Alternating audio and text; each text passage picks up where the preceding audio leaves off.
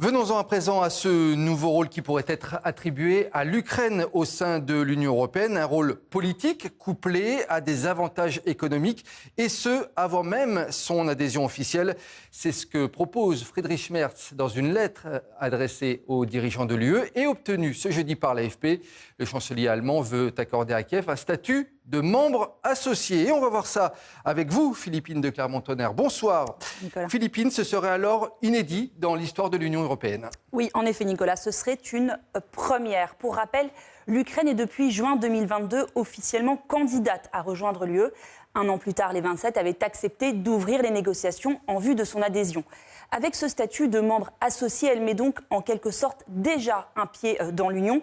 Concrètement, elle pourrait participer à des réunions au Conseil européen, disposer d'un représentant à la Commission européenne et de députés au Parlement sans droit de vote, mais aussi invoquer l'article 42.7, la clause d'assistance mutuelle et de défense de l'UE. Alors, Philippine, un rapprochement accéléré vers l'UE, donc également sur le plan commercial ?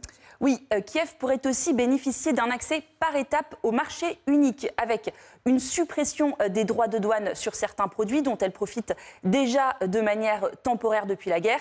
Elle n'aurait également plus besoin d'obtenir de certification de conformité pour vendre ses produits sur le marché européen. Alors, pourquoi accorder un tel statut sur mesure à Kiev ? Alors Friedrich Merz le dit clairement dans sa lettre, l'adhésion de l'Ukraine est, je cite, une nécessité géopolitique pour les Européens face à la menace russe. Or, depuis 2 ans et demi, les négociations ont été bloquées par l'ex-premier ministre hongrois Viktor Orban. Depuis la victoire en avril aux élections de Péter Magyar, elles vont pouvoir reprendre. Mais un autre obstacle se trouve sur cette voie de l'adhésion, c'est le volet agricole. L'Ukraine possède à elle seule plus d'un quart de la surface agricole de l'Union européenne. Si elle adhère à l'UE, il faudra alors se partager le gâteau des subventions agricoles, notamment de la PAC. Les négociations s'annoncent donc longues et ardues. Alors, à l'inverse, en Ukraine, certains craignent que ce statut provisoire il ne s'éternise. Oui, l'Ukraine est impatiente d'adhérer aux 27. Volodymyr Zelensky ne cesse de le répéter. C'est pourquoi, dans sa lettre, Merz insiste. Il ne s'agit absolument pas, je cite, d'une adhésion au rabais.